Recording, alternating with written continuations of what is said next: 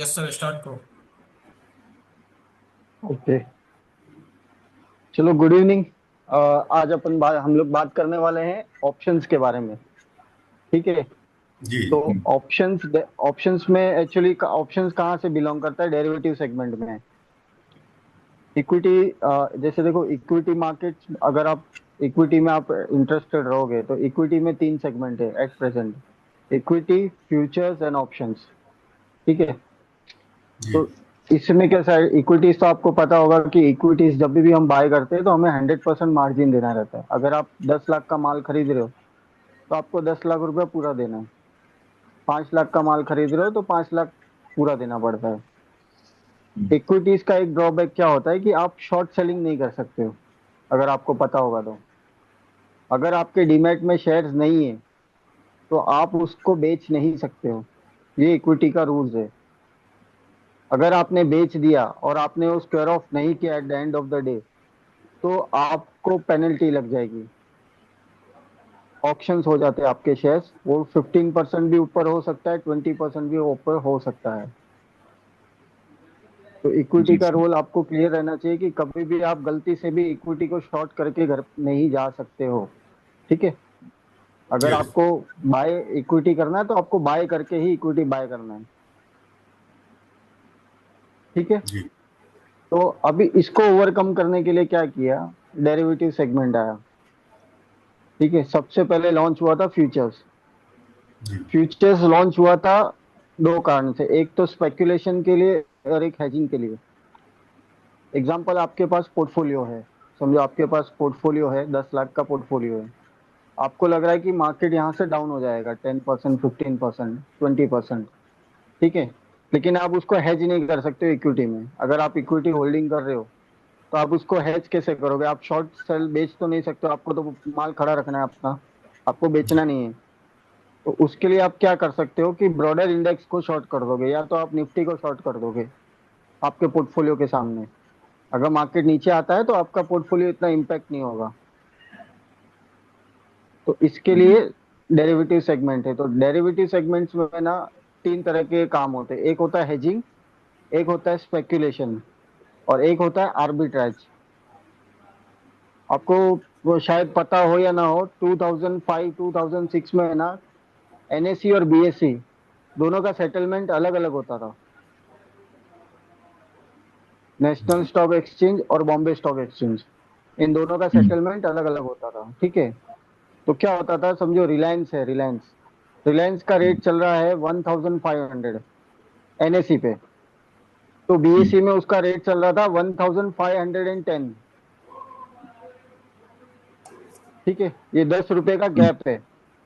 अभी भी तो हम्म। तो देखने में ट्रेड मिलता है कुछ, 5-10 अब पैसे भी का इतना, जो है। अब 5-10 पैसा एक्चुअली वो टर्नओवर टैक्स वगैरह आप देखोगे ना तो आपको नहीं जमेगा। जी। एक्सचेंज का खर्चा भी है ना, हमें वो भी काउंट करना रहता है कि एक्सचेंज का खर्चा कितना है, क्या है। अभी क्या हो गया है, पिछले 1-2 साल में एनएससी बीएससी मर्ज हो गए हैं। नहीं तो पहले क्या होता था, अगर आप एनएससी में बाय करते हो और बीएससी में सेल करते हो तो भी आपको डिलीवरी देनी पड़ती थी। At the end of the day, अगर आपने बीएससी में सेल किया है तो आप उसको बाय कर लो और वापस उसको एनएससी में सेल कर दो। End of the day position को करना है जीरो। जब हम एक मार्केट से बाय करते हैं और दूसरे मार्केट में साइमल्टेनियसली सेल करते हैं, सेम स्क्रिप्ट, हम्म। उसको हम बोलते हैं आर्बिट्राज। आर्बिट्राज। हाँ, ये पहले बहुत अच्छा चलता था आर्बिट्राज। अभी बड़े बड़े फंड्स होंगे, आपने सुना होगा mutual fund arbitrage fund, HDFC arbitrage fund, Kotak arbitrage fund. दूसरा कॉन्सेप्ट इसमें कैसा है कि बोला आपने सर। देखा होगा इक्विटी और, बोला हाँ, सर। ये ना आप अपना स्क्रीन इधर से शेयर ले लो, और बीच बीच में जैसे आपने बोला ना आर्बिट्राज, तो आर्बिट्राज वर्डिंग को जो ना स्क्रीन पे लिखोगे ना तो इनको आइडिया मिल जाएगा। तो फिर इसके बारे में थोड़ा बहुत हम लोग R&D करेंगे। इनके लिए बिल्कुल नया वर्डिंग है, आर्बिट्राज होता क्या है, नई आइडिया है। जी, हम लोग एकदम जीरो हैं इसमें, हम लोग को कोई आइडिया नहीं है। हम्म, आप स्क्रीन एक्सेस ले लो और थोड़ा कभी कभी ये सब वर्डिंग स्क्रीन पे लिख लो। कैसे लेने का स्क्रीन एक्सेस? आप स्क्रीन शेयर करो साइड से। हम्म। मनोज मनोज जी तो आज गायब हो गए।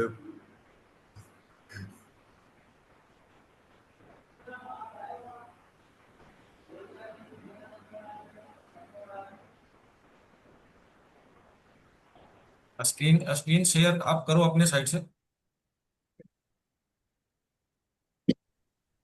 मैंने मैंने ऑफ अपने साइड से वो कर दिया, स्टॉप कर दिया, अब आप करो स्क्रीन शेयर। अच्छा, नीचे में होगा ऑप्शन में।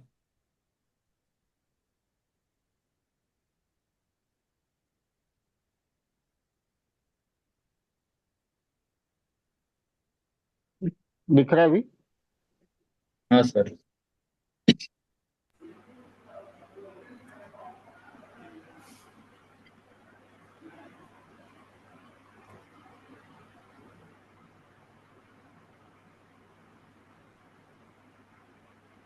नहीं, ये मैन्युअल लिखना पड़ेगा इसमें।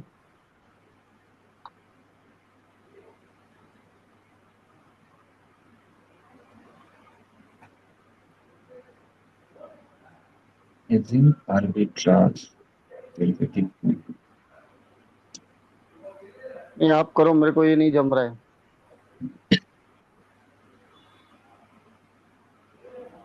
आप समझे नहीं? स्क्रीन शेयर का मतलब इस पे नहीं, आप नॉर्मल अपना तो चार्ट चार्ट वाला जो स्क्रीन है ना उस पे आप लगा लो, और वहां पर भी लिख सकते हो।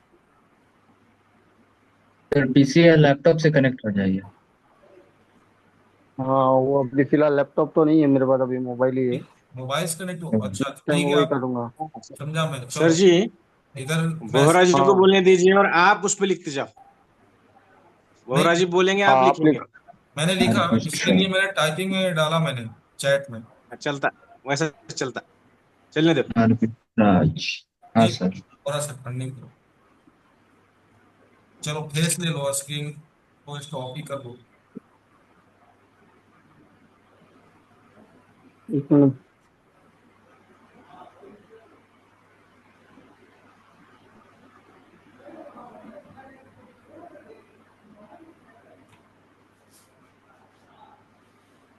नहीं, मैं ऐसा इसलिए बोला ना कि आप लोग के लिए बिल्कुल नया चीज है, तो अब एटलीस्ट वर्डिंग जब आपके दिमाग में जो जा रहा है हाईलाइट उसको होना चाहिए।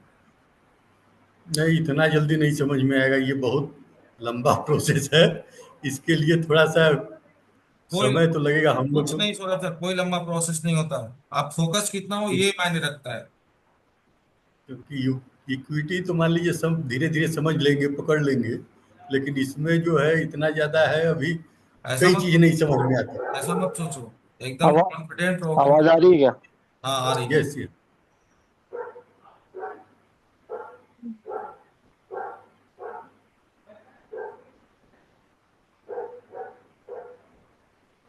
मेरा कैमरा क्या हुआ? वीडियो बंद होगा लग रहा हुआ। ठीक है। है। यस। देखिए, जब ऑप्शंस में जाते हो ना, तो आपको पहले बेसिक नॉलेज होना चाहिए कि ऑप्शंस कैसे डिराइव होता है। ऑप्शंस है क्या, वो कहाँ से आया, क्यों आया। ठीक है, और हम उस पर क्यों काम कर रहे हैं। ठीक है। तो पहले तो जैसे जनरली वैसे था कि पहले इक्विटी मार्केट ही था, उसके अलावा कुछ नहीं था। हम जी, नॉर्मली स्टॉक्स बाय करते थे, हमारे डीमैट में शेयर्स आते थे, हमको जब बेचना है हम उसको बेच देते थे। उसके बाद आया डेरिवेटिव्स। ठीक है। डेरिवेटिव्स किसको बोलते हैं? डेरिवेटिव्स एक फाइनेंशियल कॉन्ट्रैक्ट है जिसका वैल्यू डिराइव्ड होता है अंडरलाइन एसेट से। जो लास्ट टाइम वो जो मुझे क्वेश्चन कर रहे थे ना, फ्यूचर्स फ्यूचर्स के बारे में बोलिए, फ्यूचर्स के बारे में बोलिए। तो फ्यूचर्स एक डेरिवेटिव कॉन्ट्रैक्ट है। ठीक है। Future is a derivative contract whose value is derived from underline asset. मतलब मैं आपको एक एग्जांपल देता हूँ कि जैसे बिल्डिंग है, ये लैंड है, आपके एरिया में कोई लैंड है, उसका आप रेट पूछते हो ना कि क्या रेट है पर स्क्वायर फीट। हम्म। जी। ठीक है। तो वो पर स्क्वायर फीट का रेट कहाँ से आया, तो उसका बेस कहाँ से है कि गवर्नमेंट ने उसको रेट दिया है। ठीक है। तो वो रेट हो गया एक अंडरलाइन एसेट। जैसे हम गोल्ड खरीदते हैं, गोल्ड का भाव है 1 लाख रुपया। ठीक है, 10 ग्राम यस। का भाव है 1 लाख रुपया। तो वो 1 लाख रुपया कहाँ से आया, तो उसका एक बेस होता है। जैसे आप गोल्ड M6 में गोल्ड सिल्वर आप देखते होगे, गोल्ड का भाव है M6 में, सिल्वर का भाव है। तो उसका बेस होता है कमोडिटी, जो मेन स्पॉट मार्केट होता है कमोडिटी का। ठीक है। कमोडिटी। अंडरलाइन एसेट मतलब समझ लो कि कोई भी चीज का एक बेस होता है, बेस, कि भाई इसका बेस क्या है, हम बोलते हैं ना इसका बेस क्या है, तो उसको मार्केट की भाषा में अंडरलाइन एसेट कहते हैं। जैसे हमने निफ्टी निफ्टी 50 का इंडेक्स देखा होगा आपने। ठीक है। निफ्टी हम्म। 50 अपने मन से तो नहीं, निफ्टी 50 अपने मन से तो नहीं चलता है। ऊपर नीचे जो होता है वो अपने मन से तो नहीं होता है। तो उसका बेस क्या है निफ्टी 50 का, आप लोग को पता है क्या किसी को? निफ्टी ऊपर क्यों जाता है, निफ्टी नीचे क्यों जाता है? आप मार्केट देखते होंगे कि 100 पॉइंट प्लस है, 150 पॉइंट माइनस है, 200 पॉइंट हम्म। प्लस है। हम बोलते हैं ना आज मार्केट ऊपर था, आज मार्केट नीचे है, मार्केट क्रैश हो गया, मार्केट में ब्लड बाथ आ गया। वो क्यों बोलते हैं, क्या रीजन है उसका? सर वो तो आपको किसको पता है? निफ्टी में जितनी भी कंपनियां जैसे निफ्टी 50 में लिस्टेड होती है इंडेक्स में, तो कंपनी के हम्म। परफॉर्मेंस पे ना वो चलता होगा सर, जैसे कि कंपनी में जो भी चल रहा है प्रॉफिट लॉस, उसी सब के अकॉर्डिंग वो होता होगा। हाँ। अभी जैसे निफ्टी है, निफ्टी 50 का बेस है 50 स्टॉक्स। 50। आप कभी निफ्टी 50 चेक करोगे ना तो उसमें आपको उसके 50 स्टॉक्स मिलेंगे। हम्म। हाँ ठीक सर। है। अगर वो 50 स्टॉक्स के अंदर मूवमेंट आता है तो निफ्टी में मूवमेंट आएगा। हम्म। ठीक है। वो ऐसे मन से निफ्टी नहीं चलता है। तो आपको पता होना चाहिए कि ये निफ्टी 50 में कौन से 50 स्टॉक्स है जिस वजह से निफ्टी में मूवमेंट आ रहा है। बैंकिंग स्टॉक्स है, फाइनेंशियल स्टॉक्स है, इंजीनियरिंग स्टॉक्स है, काफी स्टॉक्स होते हैं उसमें। ठीक है। जी। तो आपको ये पता होना चाहिए कि अगर निफ्टी 50 में मूवमेंट आया है मतलब निफ्टी 50 के स्टॉक्स में मूवमेंट आया है। हम्म। तो निफ्टी 50 का अंडरलाइन एसेट क्या है? 50 स्टॉक्स। 50 स्टॉक्स। ठीक है, वो बेस है उसका। हम्म। तो कोई भी डेरिवेटिव प्रोडक्ट होता है उसका एक बेस होता है। जैसे आप फ्यूचर्स में चले जाओगे ना, फ्यूचर्स में जैसे रिलायंस फ्यूचर है या कोटक सिक्योरिटीज है, कोटक फ्यूचर है। तो रिलायंस फ्यूचर्स का मूवमेंट किसके ऊपर डिपेंड है? रिलायंस का उसी के मतलब कि उसी के अंडर जो भी कंपनीज होंगी उन पे डिपेंड होगा, जैसे उसकी सब्सिडरीज कंपनीज नहीं। या फिर। अभी जैसे रिलायंस, पर्टिकुलर रिलायंस इंडस्ट्री है, रिलायंस हाँ। इंडस्ट्री का फ्यूचर कॉन्ट्रैक्ट है। तो उसका फ्यूचर कॉन्ट्रैक्ट रिलायंस इक्विटी से कनेक्टेड है। रिलायंस रिलायंस इक्विटी से। इंडस्ट्री का जो इक्विटी है ना, सिर्फ रिलायंस हम्म। इंडस्ट्री ना इक्विटी। अगर आप स्टॉक्स में जाते हो ना तो पर्टिकुलर स्टॉक्स में ही होगा। अगर आप इंडेक्स में जाते हो तो उसका एक बेस होता है कि 50 स्टॉक्स है, 30 स्टॉक्स है, 100 स्टॉक्स है। जब इक्विटी, पर्टिकुलर इक्विटी की बात आती है, तो जब भी रिलायंस इक्विटी, रिलायंस फ्यूचर्स में अगर आप ट्रेड कर रहे हो तो रिलायंस हम्म। फ्यूचर्स में कब मूवमेंट आएगा? जब आपके इक्विटी में मूवमेंट आएगा। ठीक है। रिलायंस इक्विटी कब चलता है? इक्विटी का कोई बेस नहीं है। इक्विटी प्रॉप आपका बैलेंस शीट हुआ, प्रॉफिट एंड लॉस हुआ, उसके ऊपर पूरा डिपेंड होता है। ठीक है। इसलिए इक्विटी कभी भी डेरिवेटिव प्रोडक्ट्स नहीं है। हाँ। आप समझे? इसलिए इक्विटी और डेरिवेटिव्स दोनों अलग अलग चीजें हैं। क्योंकि इक्विटी, अगर आप रिलायंस इक्विटी इंडस्ट्री निकालोगे तो वो उसका मूवमेंट किसके ऊपर डिपेंड है? तो रिलायंस इंडस्ट्री का है, समझो उसको ऑर्डर बुक मिल गया, उसने डिविडेंड दिया, उन्होंने प्रॉफिट्स किया, उनका बैलेंस शीट क्या है, उसके ऊपर उसका भाव का मूवमेंट होता है। जो भी प्राइस का जो अप एंड डाउन है वो उसके बैलेंस शीट के ऊपर डिपेंड है, उसके फंडामेंटल्स के ऊपर डिपेंड है। इसलिए हम उसको इक्विटी बोलते हैं। ठीक है। और डेरिवेटिव्स क्या है? डेरिवेटिव्स अपने अंडरलाइन असेट को फॉलो करता है। अगर उसके इक्विटी में मूवमेंट आएगा तो डेरिवेटिव्स में मूवमेंट आएगा, नहीं तो नहीं आएगा। तो तो जैसे कि डेरिवेटिव्स रिलायंस क्या फ्यूचर है? के। हाँ, रिलायंस इंडस्ट्री है तो रिलायंस इंडस्ट्री को ही फॉलो करेगा। रिलायंस पावर है तो रिलायंस पावर को ही फॉलो करेगा। अडानी ओके। एंटरप्राइज है तो अडानी एंटरप्राइज को फॉलो करेगा। पर्टिकुलर स्टॉक सिर्फ पर्टिकुलर स्टॉक्स को करेगा, ना कि वो पूरे बंच ऑफ स्टॉक्स को करेगा। लेकिन अगर आप इंडेक्स चले जाते हो, इंडेक्स मतलब क्या होता है, एक ब्रॉडर मार्केट होता है, ब्रॉड व्यू देता है पूरे मार्केट का। जिसमें अब हम बहुत सारे बोलते हैं स्टॉक। इंडेक्स। हाँ, हम नॉर्मली क्यों देखते हैं इंडेक्स? इंडेक्स क्यों? वो एक व्यू देता है अपने मार्केट्स में कि मार्केट में क्या चल रहा है, मार्केट में पॉजिटिव साइन है, मार्केट में नेगेटिव साइन है, मार्केट में क्या चल रहा है। तो इंडेक्स के, इसलिए इंडेक्स को एक ब्रॉडर व्यू देखा गया है कि हमको क्या चल रहा है मार्केट में। तो हम नॉर्मली देखते हैं कि मार्केट ऊपर है कि नीचे है, ना कि हम पर्टिकुलर स्टॉक्स देखते हैं। ठीक है। इसलिए derivatives is a financial contract whose value is derive from an underline asset. उसकी वैल्यू कहाँ से डिराइव हो रही है? उसके अंडरलाइन एसेट से, इसलिए उसको डेरिवेटिव्स कहते हैं। अभी आप समझे डेरिवेटिव्स का मतलब? हाँ सर। डेरिवेटिव्स में दो पार्ट है, एक फ्यूचर पार्ट है और एक ऑप्शंस है, फ्यूचर्स एंड ऑप्शंस। ठीक है। अभी इक्विटी में कैसा होता है कि अगर आपको, समझो कोई स्पेक्युलेटर है, कोई ट्रेडर है, उनको अगर 1000 शेयर्स बाय करने हैं, समझो एग्जांपल, और उसके पास 10 लाख रुपीज है नहीं, उसके पास 3 लाख रुपए है। तो वो क्या करेगा? वो इक्विटी नहीं बाय करेगा, उसकी जगह वो फ्यूचर्स बाय कर लेगा। ठीक है। नॉर्मली पीपल डू स्पेकुलेशंस या हेजिंग, ये दो चीजों के लिए ही फ्यूचर्स यूज होता है। ठीक है। सेकंड फ्यूचर इज दो चीज। ऑप्शंस। हाँ बोलिए। सर फ्यूचर में जो बता रहे हैं स्पेक्टिकुलर और।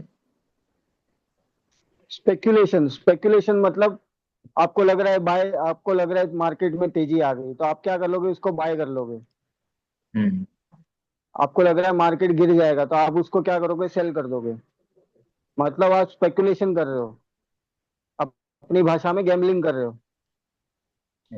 अब गैम्बलिंग करते तो तीन पत्ती खेलते, तो आप बोल रहे हो ना ये आ जाएगा, ये लग रहा है मुझे ये होगा, पैसा लगा रहे हो आप उसके ऊपर। तो सेम फ्यूचर कॉन्ट्रैक्ट्स में भी होता है। अगर आपको लग रहा है कि मार्केट पर्टिकुलर स्क्रिप्ट, जैसे रिलायंस इंडस्ट्री यहाँ से 40 रुपीज बढ़ जाएगा 2 दिन में, 3 दिन में, तो आप क्या हम्म। करोगे? फ्यूचर कॉन्ट्रैक्ट बाय कर लोगे। उस वो फ्यूचर कॉन्ट्रैक्ट इसके लिए बाय कर रहे हैं कि उसमें आपको मार्जिन कैपिटल 13 to 14% लगता है। अगर आप इक्विटी बाय करने जाओगे तो आपको इक्विटी में 100% देना पड़ता है। जैसे हम्म। आपने 10 लाख का माल लेना है, समझो 10 लाख का है क्या है, एक फ्यूचर, 1300 शेयर रिलायंस खरीदने हैं, लेकिन आपको उसमें 10 लाख रुपए देना पड़ रहा है, लेकिन आपके पास 10 लाख रुपए नहीं है, आपके पास 1.5 लाख रुपए है। तो अगर आप फ्यूचर कॉन्ट्रैक्ट बाय करोगे तो आप 1.5 लाख में एक फ्यूचर कॉन्ट्रैक्ट बाय कर सकते हो। जो भी कॉन्ट्रैक्ट है, rate into number of shares, जैसे हम फ्यूचर लॉट्स बोलते हैं। फ्यूचर्स में कैसा होता है? एक शेयर नहीं होता। इक्विटी में कैसा है? आप एक शेयर बाय कर सकते हो, 2 शेयर बाय कर सकते हो, 3 शेयर बाय कर सकते हो। फ्यूचर्स का एक प्री डिफाइंड कॉन्ट्रैक्ट साइज होता है, 5 लाख का, 6 लाख का। जो भी अच्छा, रेट रहेगा उनका डिवाइड। ये हाँ बोलिए। फ्यूचर फ्यूचर एंड ऑप्शन में जो है, दोनों में क्या अंतर है? ये- देखो फ्यूचर्स में कैसा होता है कि फ्यूचर्स में है ना, ऑप्शंस में टाइम डिके का ये प्रॉब्लम आता है। अच्छा। टाइम जी डिके जी। होता है, वॉलेटिलिटी होता है, उसमें ये सब फैक्टर्स मायने रखता है। फ्यूचर्स में ये सब फैक्टर्स मायने नहीं रखता है। फ्यूचर्स अगर आपने 1400 रुपये में बाय किया, समझो एग्जांपल दे रहा हूँ, वो जी एक जी। महीने बाद 1480 हो गया, एक महीना लगा उसको 1480 होने में, तो आपको 80 रुपया मिलना ही है। जी। ठीक है। अगर आप ऑप्शन कोई पर्टिकुलर स्ट्राइक बाय कर रहे हो, समझो आपने 1480 का कॉल बाय किया था, जब रेट 1400 चल रहा था, आपने जी 1480 का बाय किया था 40 रुपीज में। ठीक है। लेकिन जी। उसको एक महीना लग गया, पहुंचते पहुंचते पहुंचते उसको एक महीना लगा, तो उसका वैल्यू हो गया 0। यस यस, समझ में आ गया। क्यों? क्योंकि ऑप्शन में टाइम का बहुत बड़ा इंपॉर्टेंस है। जी। ठीक है। और यस। दूसरा दूसरा ऐसा है कि फ्यूचर्स में कैसा रहता है कि अ, अभी आप फ्यूचर्स बाय करते हो ना, तो आपको एज अ शेयर होल्डर कोई भी बेनिफिट नहीं मिलता, क्योंकि वो मंथली कॉन्ट्रैक्ट्स होते हैं। जी। फ्यूचर्स का कैसा है कि एवरी थर्सडे, मतलब जो भी महीने का लास्ट थर्सडे होगा ना, उस दिन वो कॉन्ट्रैक्ट आपका एक्सपायर हो जाएगा।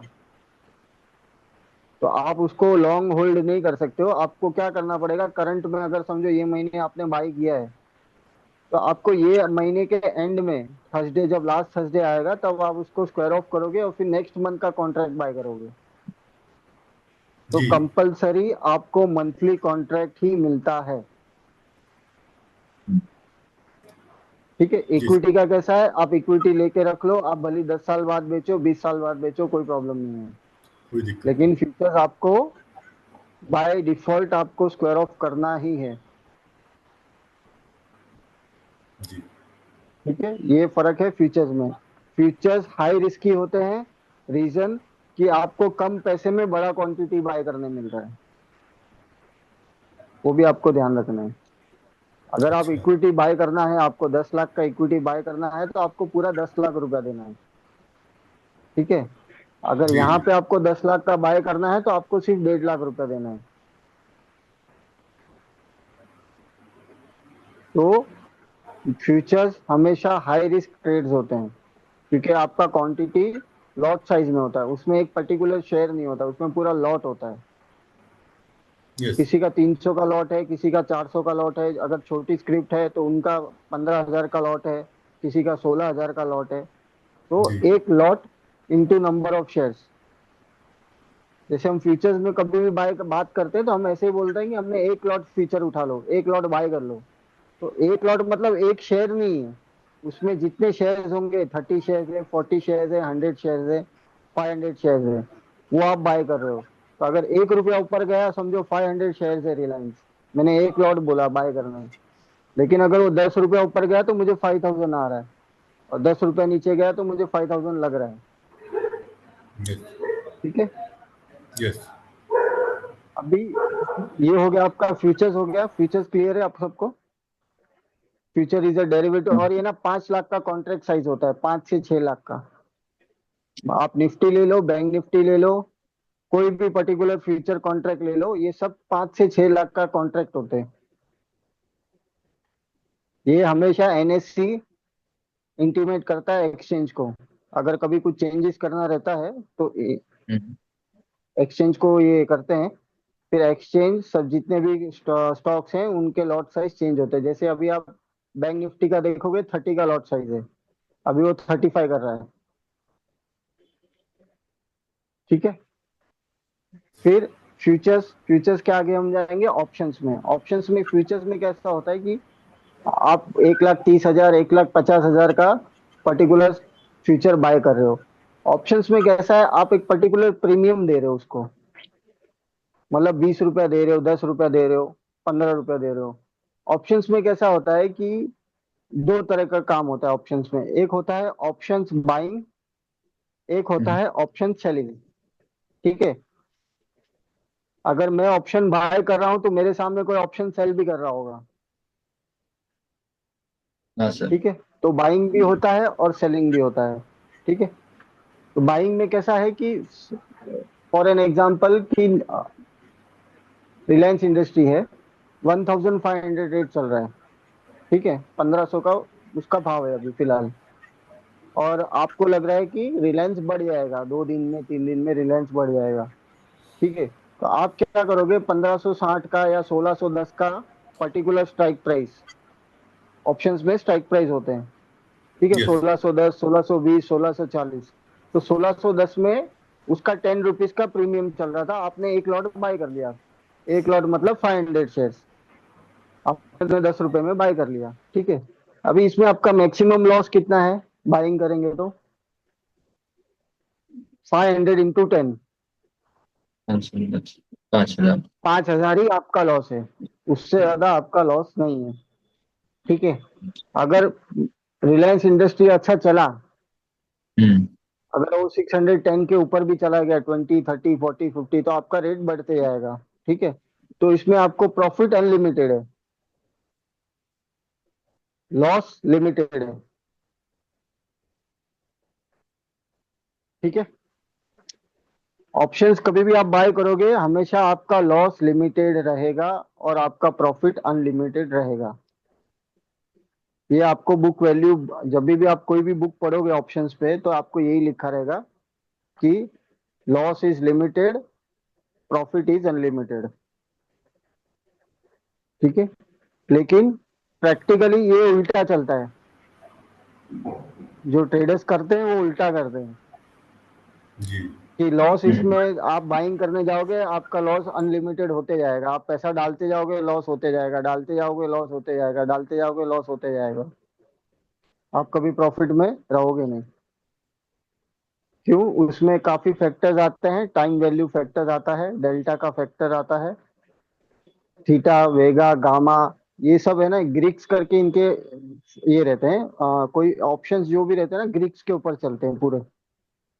तो वो ग्रीक्स का नॉलेज रिटेल इन्वेस्टर्स को नहीं रहता। वो सिंपली यही देखता है कि बस मुझे ये स्ट्राइक प्राइस बाय करना है, ऊपर आएगा तो मैं सेल कर दूंगा, मेरा प्रॉफिट हो जाएगा। वो पॉसिबल नहीं होता है।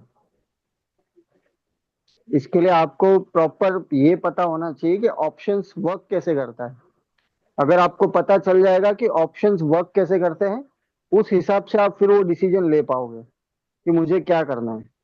ठीक है, अभी जैसे मेरा एग्जांपल है, मैं कोई भी अगर मार्केट में ट्रेड लेता हूँ ना, तो मुझे मेरा लॉस पता होता है कि मैं ये ट्रेड करूंगा, मुझे इतना लॉस होगा, और मेरे फेवर में आएगा तो मुझे प्रॉफिट होगा। प्रॉफिट कितना होगा मुझे नहीं पता, पर मेरे फेवर में आएगा तो मेरा इतना प्रॉफिट मैं ले सकता हूँ।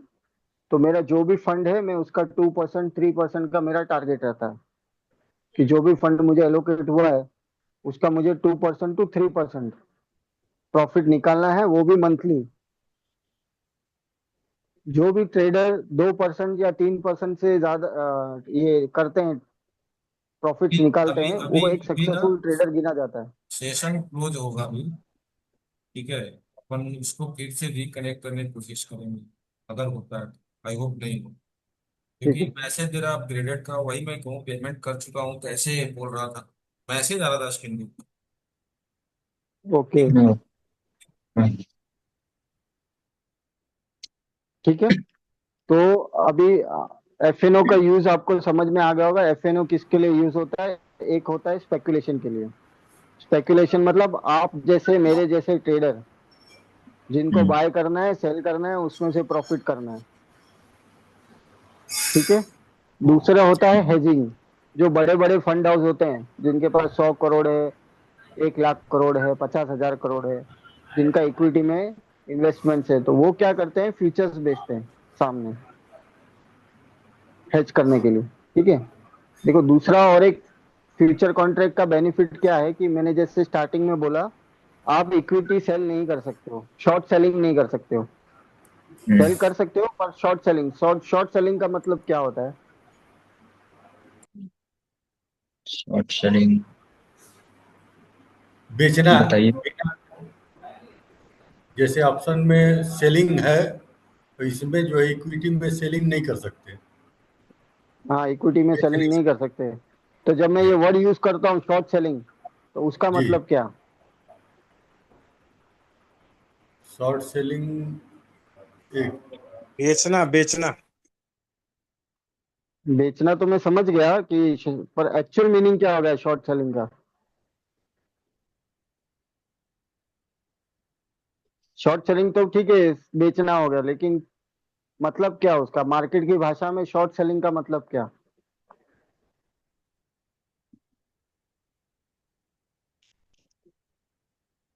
अभी बताइए सर। देखो, सेलिंग मतलब तो आप समझ गए हो कि बेचना होता है। पर शॉर्ट सेलिंग मतलब क्या? आपके पास डिलीवरी नहीं है, आप रिलायंस इंडस्ट्री होल्ड नहीं करते हो डीमैट में। ठीक है। हम्म। उसके बाद भी आप बेच के ओवरनाइट चले जाते हो। अभी मेरे पास ये फोन है, समझो मेरे पास ये फोन है, डिलीवरी है मेरे पास। हम्म। अभी मैं इसको बेच दूंगा तो मैं ये डिलीवरी उसको दे दूंगा कि ले भाई, मोबाइल मैंने बेच दिया, ये तू रख ले। ठीक है। हम्म। मेरे पास रिलायंस इंडस्ट्री के स्टॉक्स नहीं है डीमैट में, मैं उसको हम्म। शॉर्ट कर रहा हूँ। ठीक है, अगर मैं शॉर्ट करूंगा तो मुझे डिलीवरी तो देना पड़ेगा ना, हम्म। नहीं तो मैं ऑप्शन हो जाएगा। तो सर इसका समझे? मतलब ये शॉर्ट शॉर्ट सेलिंग का ये मतलब है कि आपके पास जैसे जो इक्विटी में रिलायंस का शेयर होना चाहिए, आपके पास पहले से अगर शेयर हाँ, रहेगा, इक्विटी में आप तो शेयर ही आप परचेज बेच किए हुए हैं, पाओगे। तो आप बेच सकते हैं इंट्राडे आप फ्यूचर्स में। कर सकते हो, हाँ, इंट्राडे में आप इक्विटी भी शॉर्ट कर सकते हो, कोई प्रॉब्लम नहीं है। इंट्राडे अगर आप करते हो, आज बेच दिया और आपने मार्केट खत्म होने से पहले बाय कर लिया, हम्म। आप कर सकते हो। लेकिन आपको ओवरनाइट लेके जाना है, शॉर्ट सेलिंग करना हम्म। है ओवरनाइट, वो आप नहीं कर सकते हो। आपको लगता है ठीक 3 दिन में रिलायंस इंडस्ट्री गिर जाएगा, 4 दिन में है। रिलायंस इंडस्ट्री का भाव 100 रुपया नीचे आ जाएगा, हम्म। लेकिन आप इक्विटी शॉर्ट नहीं कर सकते हो वहां पे। तो उसके लिए एक ऑप्शन आके आया है, फ्यूचर्स। फ्यूचर्स में आपको डिलीवरी देने की कोई जरूरत नहीं है। जैसे कि सर मान के चलिए सम, कि हम रिलायंस का स्टॉक परचेज किए हुए हैं, मतलब इंट्राडे पे नहीं, डिलीवरी पे ही, कैरी फॉरवर्ड है, हाँ, हाँ, लॉन्ग टर्म के लिए हम रखे हुए हैं शेयर उसका, और अब हमको हाँ, उसको जैसे फ्यूचर में उसको शॉर्ट करना है। कर सकते हो आप, फ्यूचर्स तो कर ही सकते हो आप। फ्यूचर्स में उसको शॉर्ट, क्योंकि हम तो उसका शेयर रखे हुए हैं, इक्विटी मेरे पास, मेरे डीमैट में है। इक्विटी इक्विटी अलग सेगमेंट होता है, फ्यूचर्स अलग सेगमेंट कर दिया है एक्सचेंज ने। ठीक है। अभी मैं हूँ, जैसे मैं हूँ, मेरे पास इक्विटी नहीं है रिलायंस का। मुझे लग रहा हम्म। है कि मार्केट 4 दिन बाद, 5 दिन बाद रिलायंस इंडस्ट्री के रेट कम हो जाएंगे, 100 रुपया घट हम्म। जाएगा। ठीक है, हम्म। तो मैं उसको क्या करूंगा, शॉर्ट सेलिंग कर दूंगा। मेरे पास कोई माल नहीं है, लेकिन मैं उसको बेच रहा हूँ। हम्म। हम जो वर्ड यूज करते हैं ना, शॉर्ट सेलिंग, शॉर्ट सेलिंग मतलब मेरे पास माल नहीं है, लेकिन मैं उसको मार्केट में बेच रहा हूँ। वो कहाँ हाँ, पॉसिबल है, वो सिर्फ डेरिवेटिव्स में पॉसिबल है, वो इक्विटी में पॉसिबल नहीं है। नहीं। अगर आप इक्विटी में करोगे तो आपको ऑक्शंस हो जाएंगे आपके शेयर्स। ऑक्शंस होगा तो आपको 20% ऊपर पेनल्टी भरनी पड़ती है, क्योंकि आपके पास माल नहीं है देने को। आप माल कहाँ से दोगे, आपका डीमैट में शेयर्स ही नहीं है। तो एक्सचेंज हम्म। बोलेगा ना मुझे, जिसने खरीदा वो तो बोलेगा मुझे माल दो, मैंने खरीदा है। हम्म। आपने बेचा है तो आप मेरे को माल दो, तो आप बोलोगे मेरे पास तो माल नहीं है। तो उसके लिए वहां पे फिर एनएससी क्या करेगा, आपका शेयर ऑक्शन करवाएगा ओपन मार्केट में, और जो भी ऊपर के भाव में बिकेगा वो पैसा आपको भरना पड़ता है। अच्छा। तो ये ये दोनों में बात। फर्क रहता है, इक्विटी सेगमेंट में ये फर्क है, डेरिवेटिव सेगमेंट में ये फर्क है। तो स्पेकुलेशन के लिए डेरिवेटिव्स लोग यूज करते हैं, हम्म। आर्बिट्राज के लिए लोग ये यूज करते हैं। दूसरा हेजिंग के लिए, हेजिंग आप समझ गए होगे, मेरे पास स्टॉक पड़ा है, मुझे लग रहा है मार्केट नीचे आ जाएगा, लेकिन मुझे मेरा माल नहीं बेचना है, तो मैं क्या करूंगा, निफ्टी बेच दूंगा या पर्टिकुलर स्टॉक्स बेच दूंगा थोड़े बहुत फ्यूचर्स में, और वो नीचे आएंगे, मैं वापस बाय कर लूंगा उसको। तो ये मैं हेज कर रहा हूँ मेरी पोजीशन को। ठीक है। दूसरा, एक आर्बिट्राज में ऐसा होता है, आप अगर आप कभी कल स्क्रीन खोलोगे ना, तो हम्म। रिलायंस इंडस्ट्री का इक्विटी का रेट और रिलायंस इंडस्ट्री का फ्यूचर का रेट, आप दोनों देखना, दोनों में रेट फर्क होगा। अगर इक्विटी 1510 चल रहा है, तो फ्यूचर्स आपका 1540 चल रहा होगा, 1520 चल रहा होगा, एग्जाम्पल दे रहा हूं मैं। एक रेट हम्म। डिफरेंस मिलेगा आपको दोनों में। तो लोग क्या करते हैं, इक्विटी बाय कर लेते हैं और फ्यूचर शॉर्ट कर देते हैं। हम्म। ये भी एक काम होता है मार्केट में, आप समझे। तो लोग क्या करते हैं, इक्विटी बाय करते हैं पहले, क्योंकि मैं शॉर्ट सेलिंग पहले नहीं कर सकता, पहले हमारे पहले पास मुझे रहना बाय करना चाहिए। है, माल हम्म। रहना चाहिए। तो मुझे माल रहने के लिए मैं क्या करूंगा, पहले मैं 10 लाख का माल खरीदूंगा और हम्म। मैं सामने 10 लाख का माल बेच दूंगा। 10 दिन 15 दिन में वो क्या हो जाएगा, दोनों के बीच का गैप कम हो जाएगा। जो 10 रुपया है वो 8 रुपया होगा, 6 रुपया होगा, 7 रुपया होगा, 4 रुपया होगा, 3 रुपया होगा। तो मैं क्या हम्म। करूंगा, जहां मेरा इक्विटी बाय है मैं उसको सेल कर दूंगा और मेरा फ्यूचर वापिस बाय कर लूंगा। मैं रिवर्स पोजीशन करूंगा हमेशा। हम्म। इसको बोलते हैं आर्बिट्राज। आपने आर्बिट्राज। म्यूचुअल फंड्स आप देखोगे ना, तो म्यूचुअल फंड में आता है arbitrage fund, Kotak arbitrage fund, Nippon India arbitrage fund. तो आर्बिट्राज इसको बोलते हैं। इसमें भी बड़े बड़े ट्रेडर्स होते हैं जो 10 करोड़ का 20 करोड़ का डिप्लॉय करते हैं फंड्स। और ये इनका इनका कैलकुलेशंस होता है कि कितना डिफरेंस होना चाहिए कैश टू फ्यूचर, कैश में क्या भाव चल रहा है और फ्यूचर में क्या भाव चल रहा है। वो दोनों बीच का गैप रहता है, फिर वो पूरा बेनिफिट उन लोग ले लेते हैं वहां पे, कैश टू फ्यूचर्स का।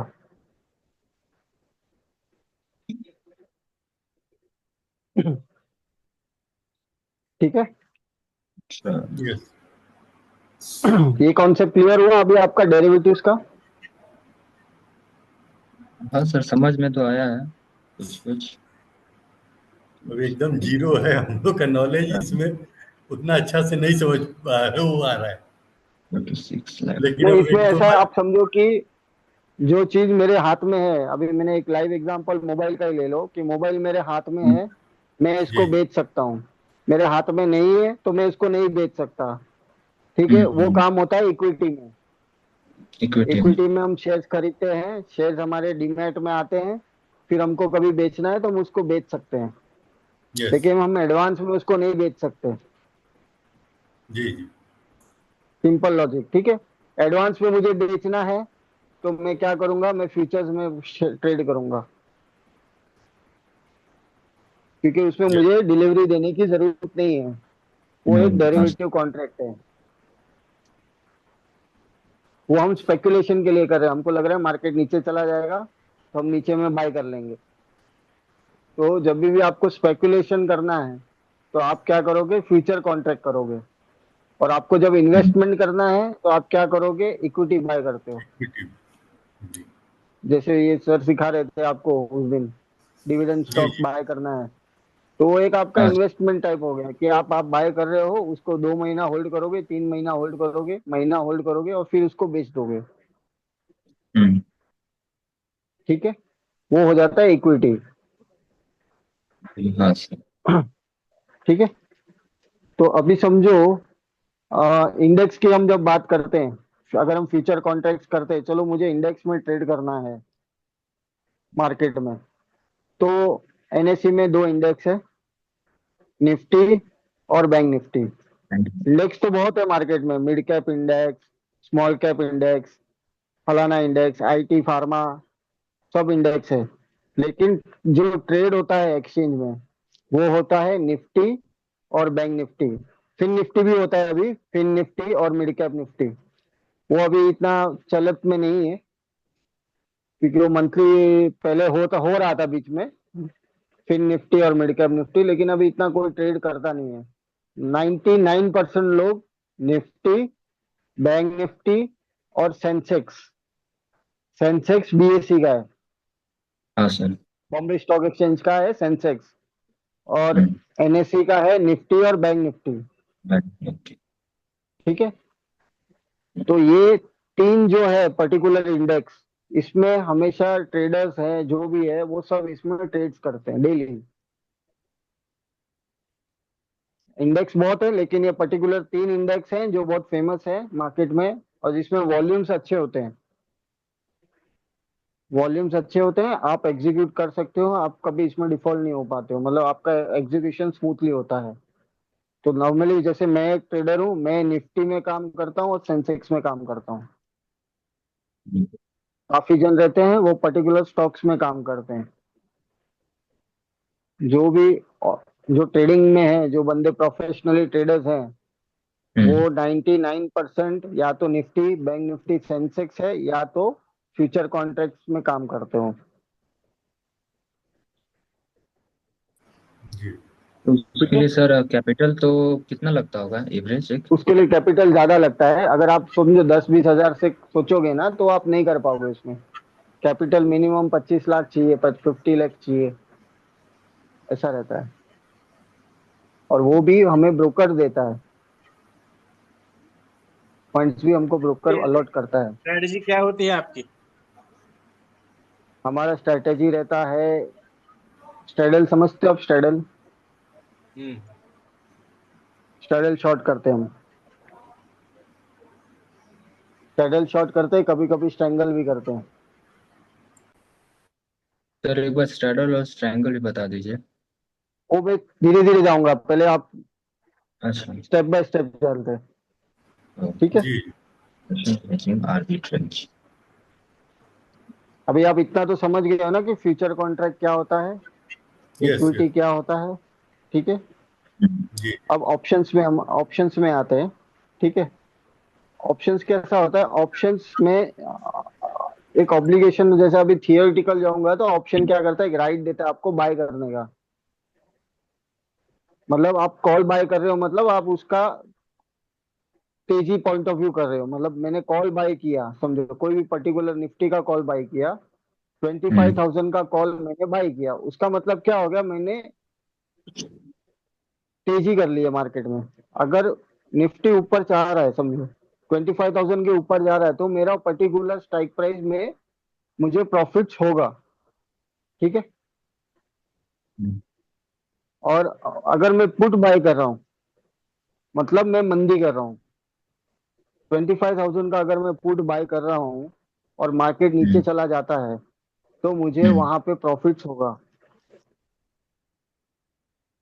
ठीक है। तो कॉल मतलब क्या? बाय।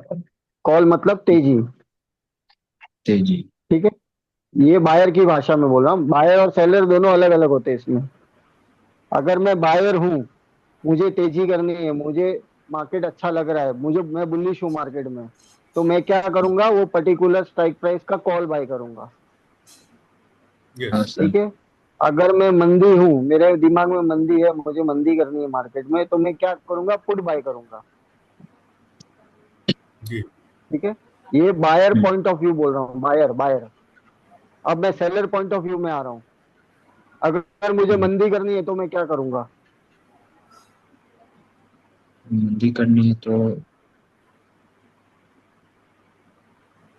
कॉल कॉल सेल करेंगे। कॉल सेल करूंगा मैं। कॉल सेल होगा। ये मैं सेलर पॉइंट ऑफ व्यू बोल रहा हूँ। देखो दोनों अलग अलग हैं, आप ध्यान रखना। ऑप्शंस में दो पार्टी होती है, एक होता है बायर, एक होता है सेलर। आप हम्म, बायर हो, मैं सेलर हूँ। हम्म, आप निफ्टी बाय करोगे, मैं उसको सेल करूंगा वही टाइम पे, ठीक है। जैसे बाइंग होता है, बाइंग का उल्टा होगा। अगर बाइंग में बायर, एज अ बायर मैं सोचूंगा कॉल कॉल बाय करना मतलब तेजी, तो सेलर के लिए वो उल्टा हो गया। सेलर के लिए वो कॉल वो कॉल सेल वो कॉल सेल कर देगा, कॉल सेल कर देगा। वो मंदी कर रहा है। और उसका रीजन आपको समझाता हूँ क्या है। अगर समझो मेरा आ, एक रेट चल रहा है, निफ्टी का रेट चल रहा है 25,000 का, ठीक है। आपको लग रहा था कि मार्केट ऊपर जाएगा, तो आपने क्या हम्म, किया, कॉल को बाय कर लिया। हम्म, उसका रेट चल रहा था 50 रुपीज, एग्जाम्पल 50 रुपीज उसका प्रीमियम चल रहा था। आपने 50 रुपीज प्रीमियम बाय कर लिया, आपको लॉस कितना होना है, 50 रुपीज, फिर, ठीक है। मुझे क्या लग रहा है कि मार्केट नेगेटिव चला जाएगा, ठीक है। तो मैं क्या हम्म, करूंगा, मैं उसको सेल कर दूंगा। मैं 50 रुपीज में उसको सेल कर दूंगा, ये सोच के कि मार्केट पॉजिटिव नहीं रहेगा, मार्केट नेगेटिव चला जाएगा, हम्म, ठीक है। अगर मार्केट नेगेटिव चला गया तो 50 रुपीज जीरो हो जाएगा। अगर मेरे फेवर में चला गया, मैं सेलर हूँ, मेरे फेवर में मार्केट गया, मैंने सोचा था मंदी हो जाएगा, तो वो 50 रुपीज हो जाएगा जीरो। तो मेरा हम्म, मैक्सिमम प्रॉफिट कितना है, 50 सर। 50 है, ठीक है। और बायर के लिए मैक्सिमम लॉस कितना है, 50। 50 है, ठीक है।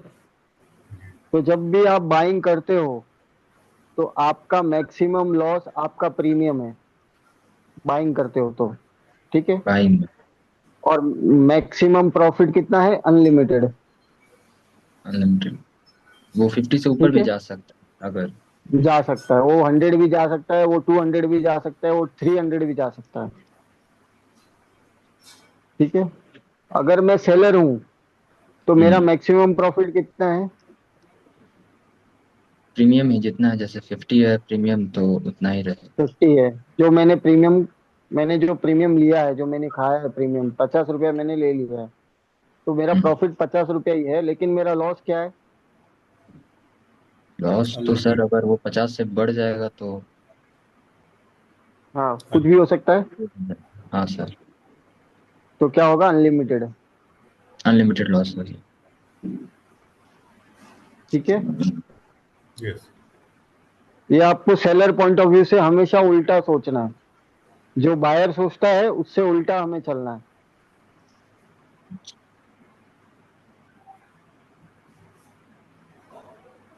ये तो सर अभी जैसे चार्ट पे आप ही। लोग बायर हो तो मैं सेलर हूँ। हम्म। ठीक है, तो मैं आपसे उल्टा सोचता हूँ हमेशा। कि मुझे पता है कि मैं क्यों सेल करता हूँ। दो रीजन है सेल करने का। या तो मैं सोचता हूँ कि मार्केट 25,000 के नीचे जाएगा, हम्म। या मैं सोचता हूँ कि मार्केट 25,000 के आसपास ही रहेगा। मैं टाइम बेनिफिट भी ले रहा हूँ। देखो, अच्छा। इसमें हमेशा ऑप्शंस में एक चीज याद रखना। इसमें थीटा का वैल्यू बहुत इंपॉर्टेंट होता है। मैंने आना एक फोटो खींच के भेजा था आज। आपने देखा होगा तो ग्रुप में, किसी ने हाँ देखा सर। हो तो। हाँ सर आपने देखे वो हैं। फोटो आप वो फोटो चेक करोगे ना, तो उसमें ना डेल्टा, गामा, थीटा, वेगा, ये सब उसमें आ रहा था। ये लगाया मैंने हाँ स्क्रीन। सर। हम्म। या स्क्रीन के ऊपर लगा दिए मैंने। डेल्टा गामा वेगा थीटा। आप देख रहे होगे स्क्रीन, वो जो हम लोग स्क्रीन यूज करते हैं ट्रेडर्स, वो मैंने हम्म। आपको है ना स्क्रीनशॉट लेके आज ग्रुप में भेजा था। हाँ सर। आप देख पाओगे उसमें डेल्टा, गामा, थीटा, वेगा, ये चार चीज हम्म। हमेशा ऑप्शंस में जरूरी होता है।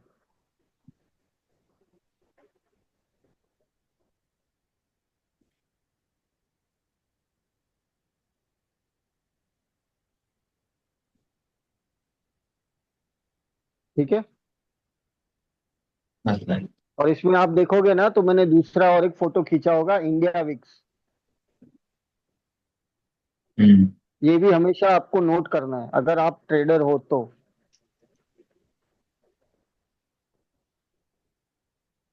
इंडिया विक्स के only sir. India VIX volatility index बोलते हैं इसको।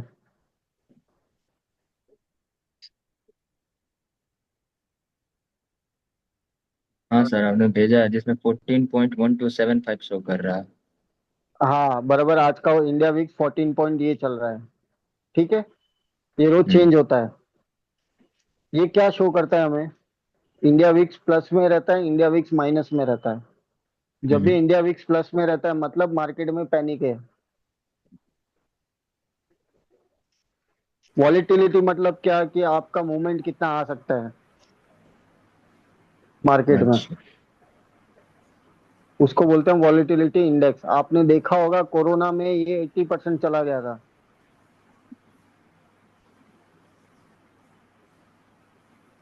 80% वॉलेटिलिटी इंडेक्स मतलब कि आप 2,000 पॉइंट दूर भी जाओगे ना, तो भी आपको 200 रुपया प्रीमियम मिल रहा था। अच्छा। अपनी भाषा में और भाषा में मैं समझाऊं तो इसको बोलते हैं फियर, डर। जो हम बोलते हैं ना डर, हम्म। तो इंडिया वीक्स आपको बताता है कि अभी मार्केट में डर है कि नहीं है। हाँ, प्लस रहेगा तो वो ज्यादा बताएगा। वो बढ़ते जाएगा, मतलब वॉलेटिलिटी बढ़ रही है ना।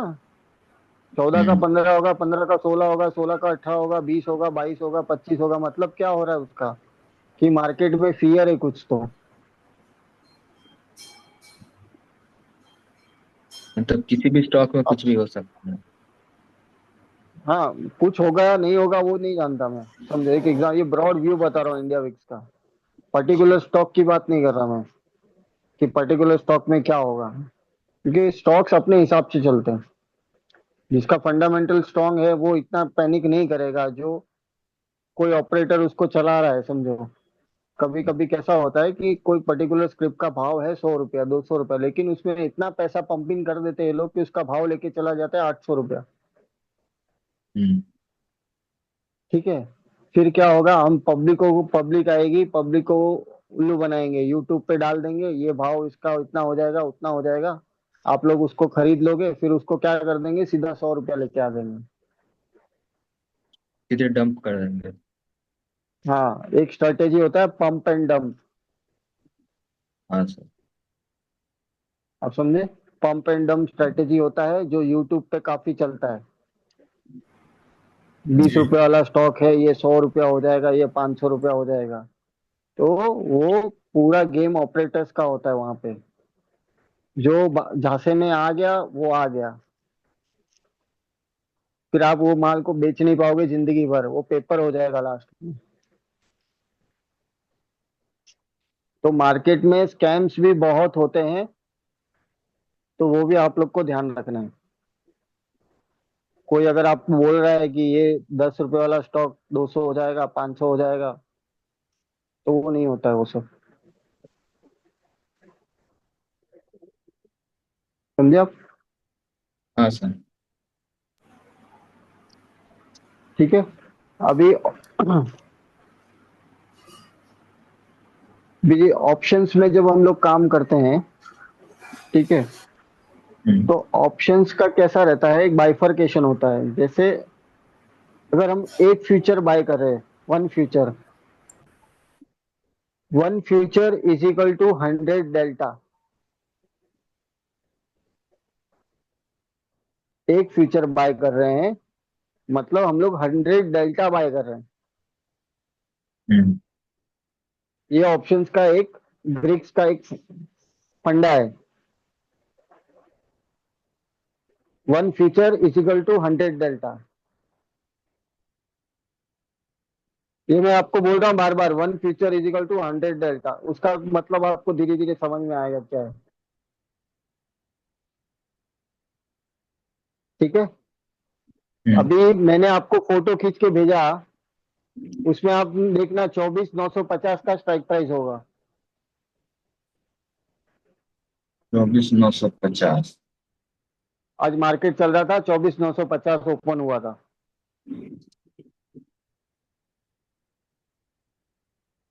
वहां पे आप देखो डेल्टा का सेक्शन होगा।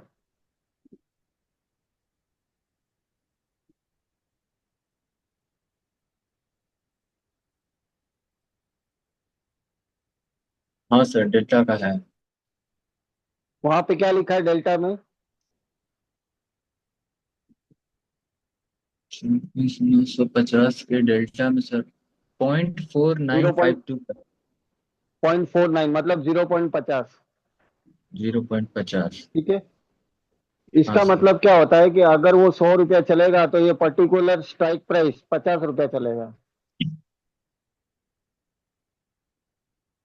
मतलब सर समझे डेल्टा नहीं। क्या, मैं समझाता हूँ। डेल्टा ये एक ग्रीक्स का ऑप्शन है, ग्रीक्स।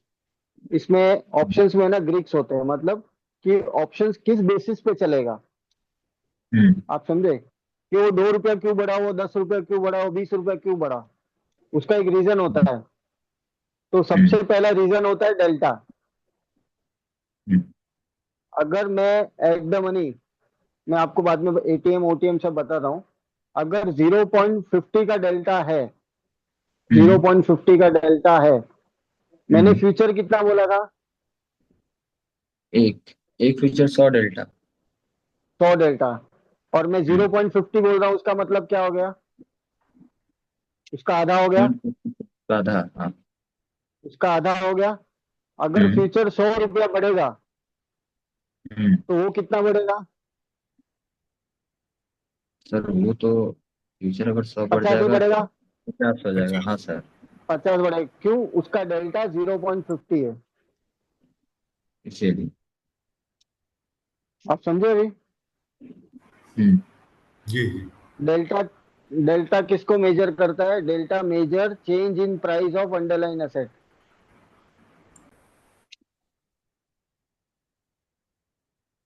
उसका मतलब ये होता है कि डेल्टा जो है वो किसको मेजर करता है, वो फ्यूचर कॉन्ट्रैक्ट को मेजर कर रहा है।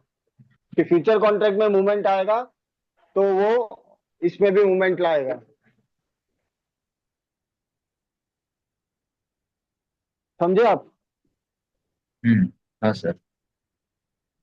डेल्टा किसको मेजर करता है? अपने फ्यूचर अंडरलाइन कॉन्ट्रैक्ट। असेट को। मैंने आपको, हाँ अंडरलाइन असेट, मैंने आपको अंडरलाइन। अंडरलाइन असेट समझाया था। अंडरलाइन असेट किसको बोलते हैं? जो उसको बेस मानता है। हम्म। फ्यूचर किसको बेस मानता है? अपना इक्विटी को बेस मानता है। इक्विटी को। ऑप्शन किसको बेस मानता है? उसके फ्यूचर कॉन्ट्रैक्ट को बेस मानता है। फ्यूचर ये एक कॉन्ट्रैक्ट। दूसरे से कनेक्टेड है। आप समझे?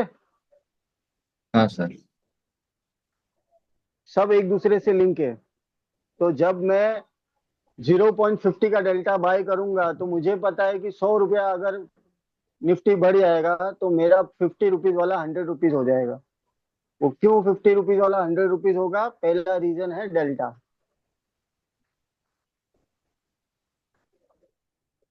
ठीक है।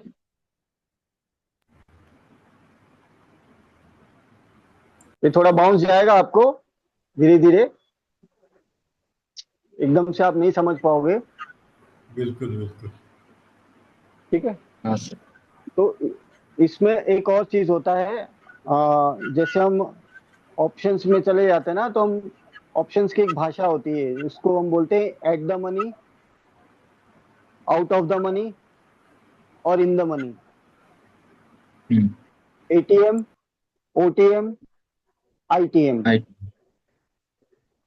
ये तीन चीजें हैं जो हम नॉर्मली पाए। जैसे अभी मैं भी एक ट्रेडर हूँ, तो हम लोग ऐसे ही बात करते हैं कि हमने एटीएम बाय किया था, हमने एटीएम शॉर्ट किया था, हमने ओटीएम बाय किया था, हमने IT in the money by किया था।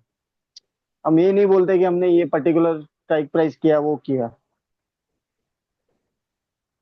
आप समझे? देखो हीट ऑफ द कैसा होता है मार्केट में, 9 से 3:30 में आपको एक लैंग्वेज होती है मार्केट की भी। हम ये बोलने नहीं बैठते कि 950 वाला शॉर्ट कर दे या 250 वाला शॉर्ट कर दे। हम सीधा ये बोलते हैं एटीएम शॉर्ट कर दे, तो सामने वाला समझ जाता है कि मैं क्या बोल रहा हूँ। जो करंट मार्केट रेट चल रहा है उसको हम एटीएम बोलते हैं। अगर मार्केट 100 रुपया ऊपर चला गया तो हम 100 रुपये वाला एटीएम कंसीडर करेंगे। ठीक है। Hmm. OTM out of the market, ATM at the market, ITM in the market. At the market मतलब अगर बैंक निफ्टी